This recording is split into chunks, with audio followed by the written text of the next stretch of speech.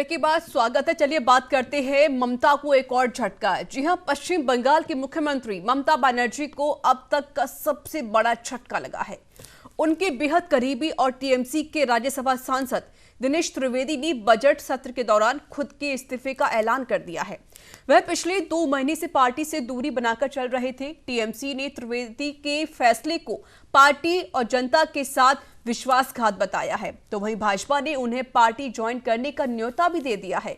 और वहीं बीजेपी के न्योते पर दिनेश त्रिवेदी ने कहा कि बीजेपी के न्योते का मुझे इंतजार नहीं है। पीएम मोदी और अमित शाह पुराने दोस्त हैं।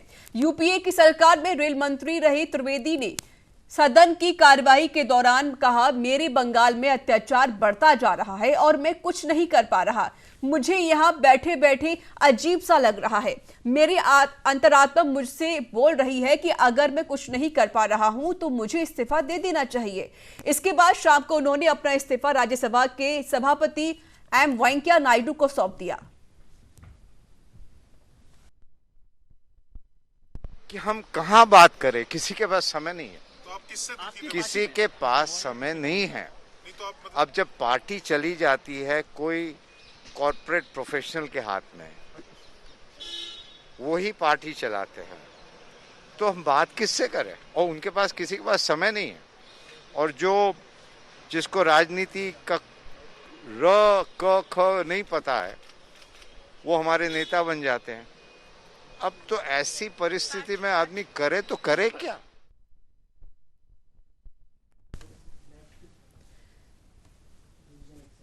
तो आपको बता दें, यहां पर ममता बनर्जी को एक और बड़ा झटका लगा है, जहां पर टीएमसी सांसद का राज्यसभा से इस्तीफा मंजूर कर लिया गया है। तो तृणमूल के सांसद दिनेश त्रिवेदी ने अपना इस्तीफा दे दिया है। उन्होंने कहा कि जब से मैं इस पार्टी में हूं तब से मुझे यहां पर घबराहट और अजीब महसूस हो रहा है। हमारे साथ जुड़ चुके इस पर अधिक बातचीत करने के लिए, अधिक जानकारी देने के लिए संवाददाता रमेश पुरोहित। रमेश जी, जैसे जैसे विधानसभा के चुनाव नजदीक आते जा रहे हैं पश्चिम बंगाल में, वैसे वैसे ही ममता बनर्जी की जो दिक्कतें हैं, जो परेशानियां हैं, वो बढ़ती हुई जा रही हैं। और इस बीच एक और उनको बड़ा झटका लग गया है, जहां पर उनके जो करीबी माने जाते हैं दिनेश त्रिवेदी, उन्होंने इस्तीफा दे दिया है। क्या कहेंगे?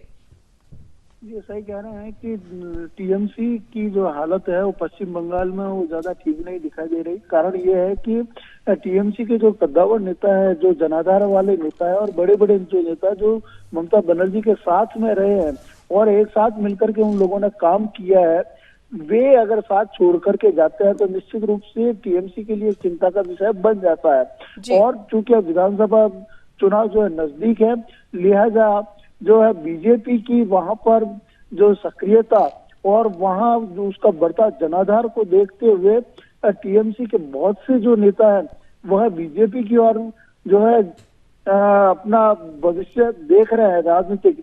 और जहां तक दिनेश त्रिवेदी की बात है, दिनेश त्रिवेदी पार्टी के कद्दावर नेताओं में शामिल रहे हैं और पार्टी को यहाँ तक पहुंचाने में मतलब कि लगातार वहां पर दो बार वहां सत्ता में रही है, तो उसमें उनका भी योगदान कोई कम नहीं आंका जा सकता।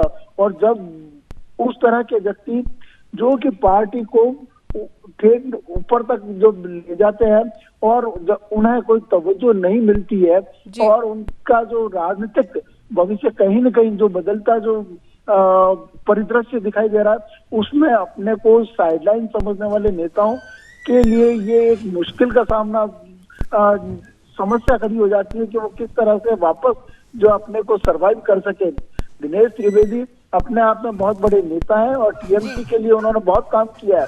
लिहाजा अब आज की परिस्थितियां जिस तरह की वहां की दिखाई दे रही है, उसमें वे असहज अपने आप को पाते हैं।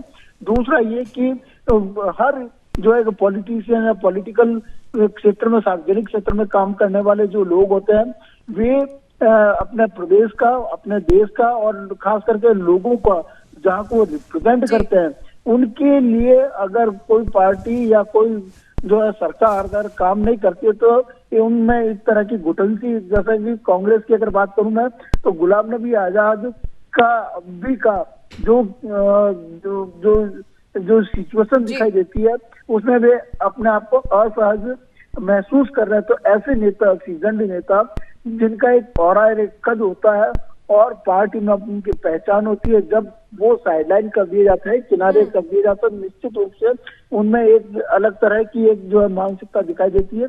हालांकि दिनेश त्रिवेदी इन सारी चीजों से ऊपर उठते हुए व्यक्ति है और जब बिल्कुल रमेश जी, यहाँ पर कहीं ना कहीं ममता बनर्जी की जो दिक्कतें हैं वो बढ़ती हुई नजर आ रही है। बहुत बहुत शुक्रिया हमसे बातचीत करने के लिए, अपनी बात को साझा करने के लिए।